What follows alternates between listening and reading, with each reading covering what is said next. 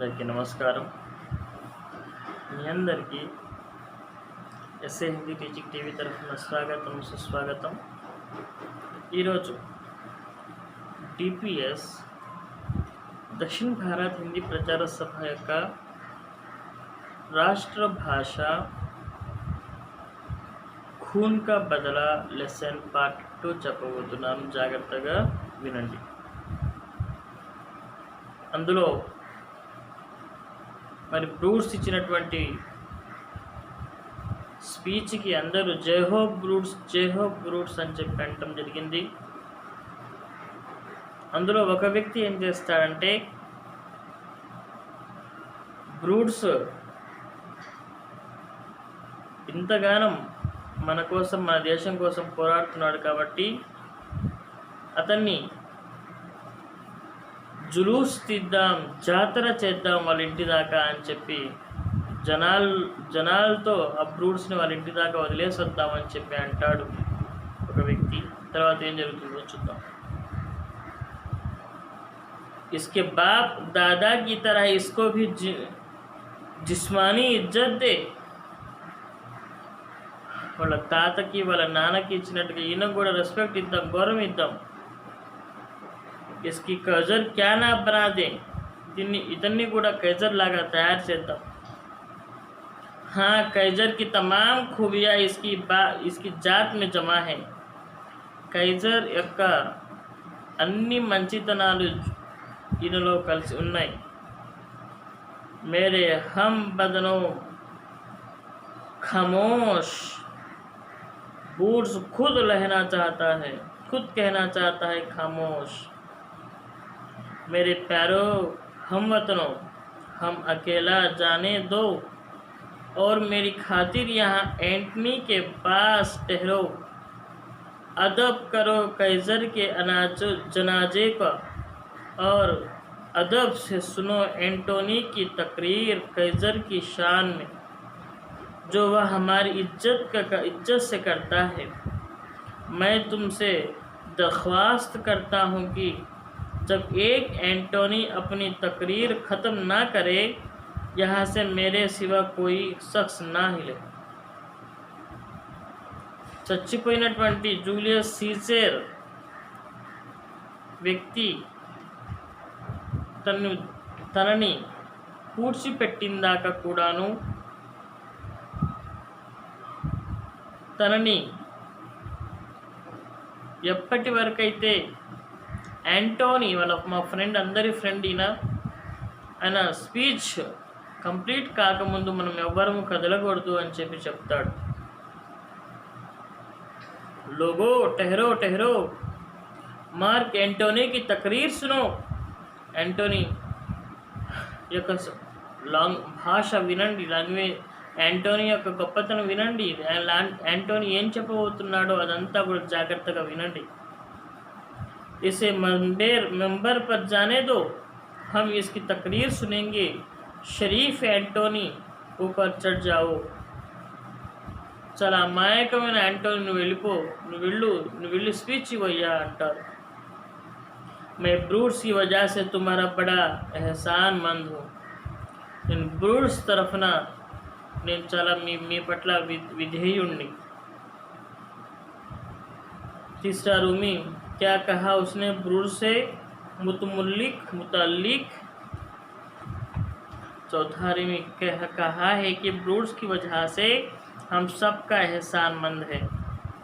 इसका भला इसी में है कि वह ब्रूट्स को यह बुरा ना कहे. यार, यह कैजर तो बड़ा जालिम था, इसमें क्या शक है. खुदा का शुक्र है कि इससे नजात मिली. खामोश, जरा सुनो तो कि एंटोनी कहता क्या है. शरीफ रोमियो, एंटोनी बात करता है. एंटोनी మాట్లాడుతున్నాడు. అమాయక రోమియోలారా, ఖామోష్ హో జాओ, సున్నే దో, అందరూ సైలెంట్ అయిపోండి, విననివ్వండి యాంటోనీ అని చెప్తున్నాడు.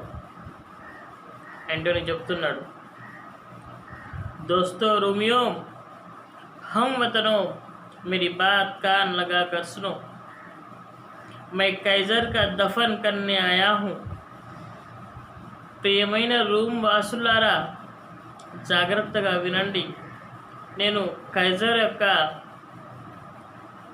మట్టిలో పాల్గొనటానికి, చివరి అంతిమ సంస్కారాలలో పాల్గొనటానికి నేను ఇక్కడికి వచ్చాను.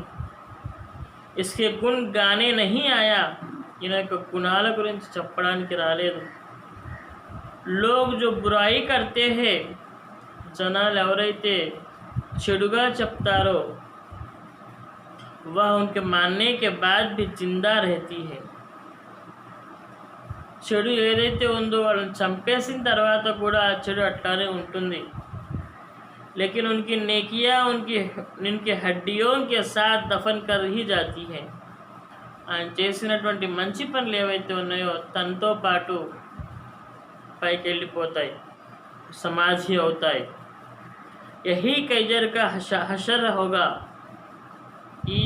ఈ యొక్క సమావేశమే కైజర్ యొక్క గొప్ప తీర్పు స్థలం అవుతుంది. షరీఫ్ బ్రూడ్స్ ने तुम्हें बतलाया है कि కైజర్ షోహరత్ పసంద్ థా. కైజర్ ఏం చెప్తున్నాడంటే, మీకు బ్రూడ్స్ ఏం చెప్తున్నాడంటే, కైజర్కి డబ్బు ఇష్టమని. జోహరాత్ థా, లో థా, ఆయన యొక్క డబ్బు అంటే, ఆస్తి అంటే ఇష్టం అని చెప్పి బ్రూడ్స్ మీకు చెప్తున్నాడు. అగర్ యహ బాత్ సచ్ హే తో యా బహుత్ సఖ్త్ జుర్మ్ థా.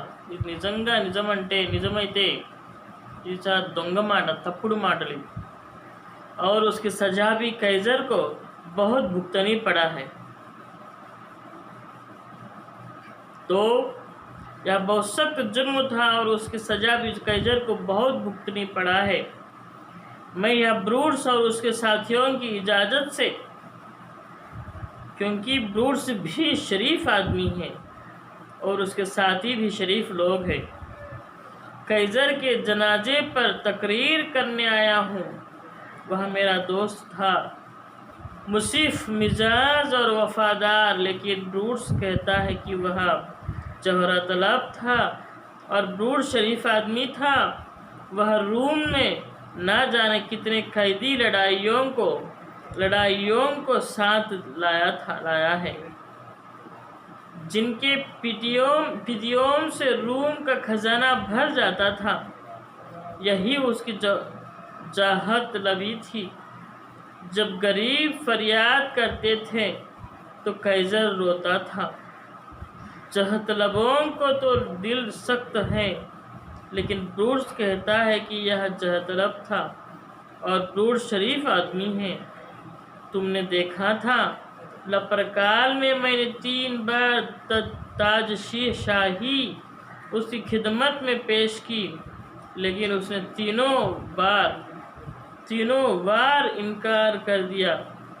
इसी का नाम जहतलबी है.